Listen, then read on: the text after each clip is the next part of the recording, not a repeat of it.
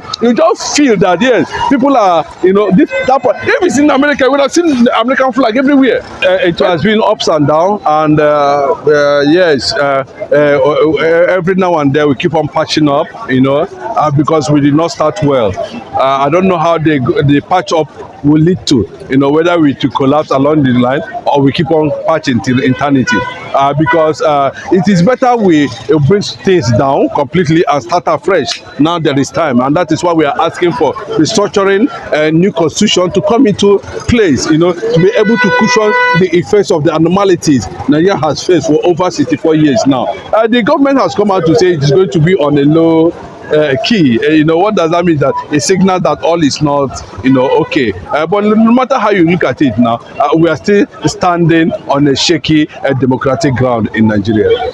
So the president Bola Ahmed Tinubu, of course, it falls on him to see what he's going to do at the end of the day. But I understand that at this level where we are now, the president is going to really have a lot of work to do on his hand, especially now that we are coming close to Independence Day, October 1st. He's going to present his scorecard and tell us what he is expected to do, or what he's about doing, or what he's going to do in the next couple of 4 years to see that we get to, maybe possibly Eldorado, or possibly, move on from this point to this point. But remember that the ethnic lords in Nigeria, the fathers themselves, who are enjoying, or who are the pillars of most of the democratic structures in Nigeria, have been advocating for a new constitution, restructuring and all that, so that maybe there's a way they can handle it to show that they actually mean to put Nigeria in the proper perspective. Nigeria has been struggling for 64 years now.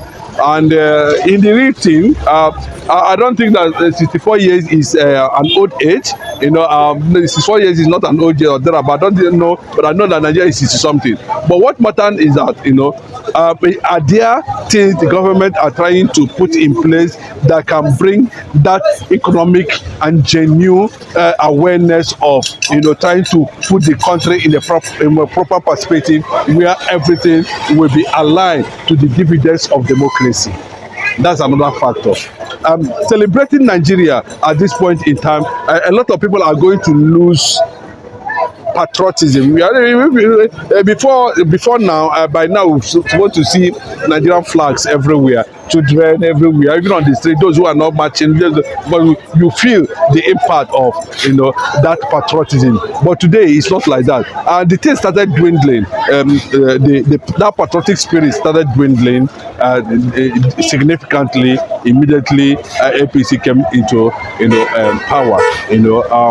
Let us see whether anything is going to be rekindled, because by now we are supposed to be seeing Nigerian flag everywhere. Children are holding it. Keke people, Okada people, everywhere. You see, you just feel that yes, people are, if it's in America, we would have seen the American flag everywhere.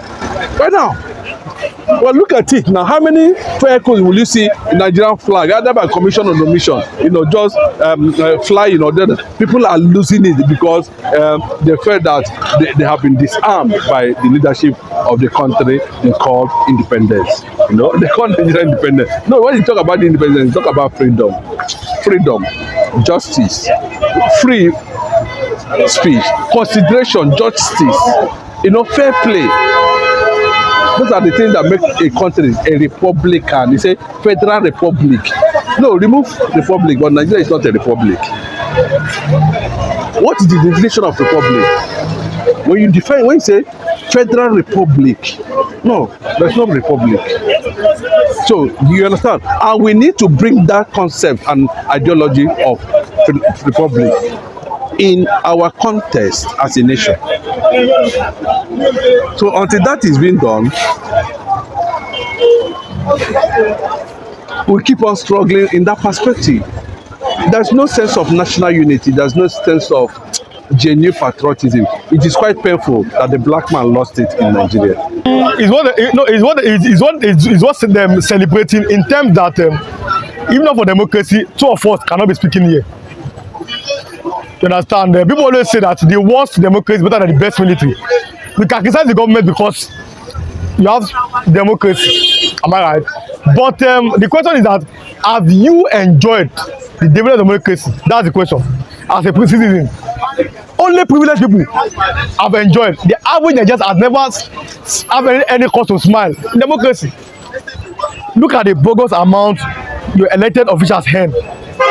How much is your minimum wage? Ask yourself. 70,000. How much? That money cannot even buy you a bag of rice. Look at Bandhe. People are now crying. Well, now you see is it IKD they won't inform the community. The next thing they are in the Bandhe, and they cannot even afford to pay electricity bill. No subsidy. Look at petroleum price. So you ask yourself as Nigerians, what have you enjoyed as citizens in democracy? It seems nothing. Democracy only favors the elected people, the people that are in power. They go abroad, they enjoy, they see how abroad is, they go to UK, they say everywhere, they come to Nigeria, it's the same thing. Look at Lagos. Look at how Ogba is close to Ikeja. Ikeja is the capital of Lagos. There is a seat of government, but look at Ogba. 2024. So if you ask, have people enjoyed democracy? Nigerians have not enjoyed. Maybe the only thing, maybe it's like the only freedom of speech that we are enjoying. Maybe only, but when it comes to the development, infrastructure, education, are we having it better?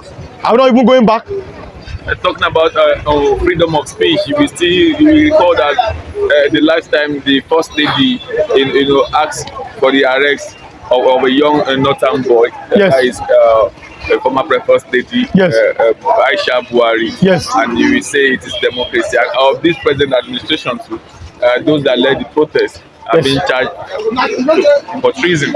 And what do you have to think about that? It's very bad. If bandits can be working free, and the bandits can be working free, and peaceful protesters are being detained, it's a very bad, very sad development. I'm a kind of person, I don't deceive myself. Do you understand? Have you enjoyed democracy? You need to ask yourself. You understand? So the freedom, and again, we should be very, very careful. Is the way our nation should not be allowed to slide into anarchy. We are not in a monarchical system of government. We are not in a military dictatorship. So I have a right, as really want to say things under the purview of the law. That as far as I'm kind of person that I've never called for a military coup. I've never called for it. I've never called for a decision of the country. But we're talking about asking for good governance. That is it. So our leaders should check it. Check themselves. Be very, very careful. Very, very careful in terms that the citizens are already disillusioned. They seem not to enjoy Nigeria. And arresting you like you are beating a child, asking that baby not to cry. That is wickedness. That's devilish. Understand? So we can't continue like that. Let's tell ourselves the truth so that we can move forward as a nation. So peaceful protesters should not be detained where bandits are enjoying, where bandits are moving about, where bandits are even making threats. Bandits can make threats and say whatever they like, and they are moving free. So and that's very, very careful. They should watch it. You understand? Nigerians are not in any way enjoying any democracy as of now. Thanks so much.